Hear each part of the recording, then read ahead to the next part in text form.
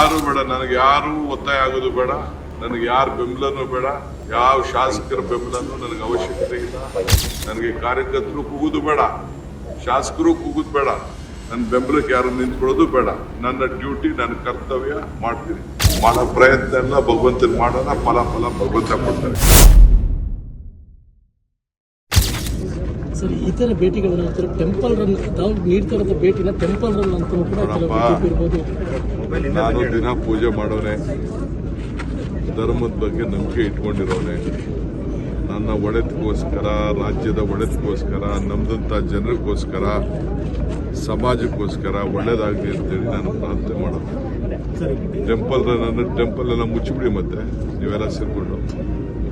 ಯಾಕೆ ಧಾರ್ಮಿಕ ದತ್ತಿ ಇಲಾಖೆ ಇದೆ, ಯಾಕೆ ಅಜ್ಜಿಲ ಇದು ಮೈನಾರಿಟಿ ವೆಲ್ಫೇರ್ ಇಂದ ಯಾಕೆ ವಕ್ಫ್ ಬೋರ್ಡ್ ಇದೆ, ಮೈನಾರಿಟಿ ಚರ್ಚಸ್ ಯಾಕಿದೆ, ಅವರವರ ವಿಚಾರ, ಅವರವರ ನಂಬಿಕೆ.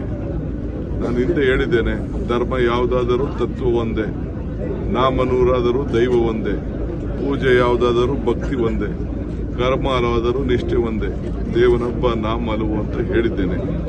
ಸೊ ಅವರವರ ನಂಬಿಕೆ, ಅವರವರ ಆಚಾರ, ಅವರವರ ವಿಚಾರ. ಟೆಂಪಲ್ ರನ್ ಏನಿದೆ ಸರ್, ನೀವು ಶೃಂಗೇರಿ ಭೇಟಿ ಕೊಟ್ಟಾಗ ಶೃಂಗೇರಿ ಭೇಟಿ ಕೊಟ್ಟಾಗೆಲ್ಲ ನಿಮಗೆ ಹಲವು ರಾಜಕೀಯ ತಿರುವುಗಳಿಗೆ ಕಾರಣ ಆಗಿದೆ. ನನಗೆ ಯಾರು ತಲೆ ಕೆಡಿಸ್ಕೊಳಕ್ ಹೋಗ್ಬೇಡಿ.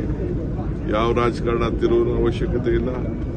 ಜನ ಆಶೀರ್ವಾದ ಮಾಡಿದ್ದಾರೆ, ಜನ ನಮ್ಗೊಂದು ಅವಕಾಶ ಕೊಟ್ಟಿದ್ದಾರೆ.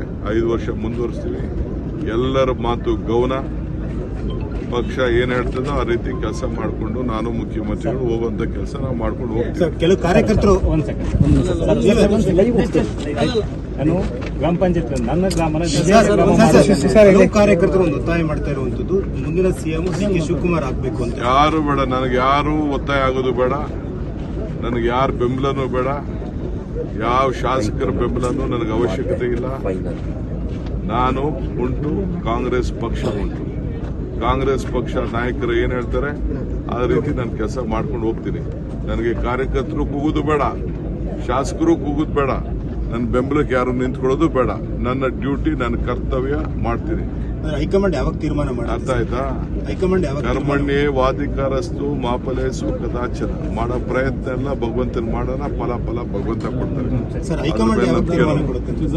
ಹೈಕಮಾಂಡ್ ಯಾವಾಗ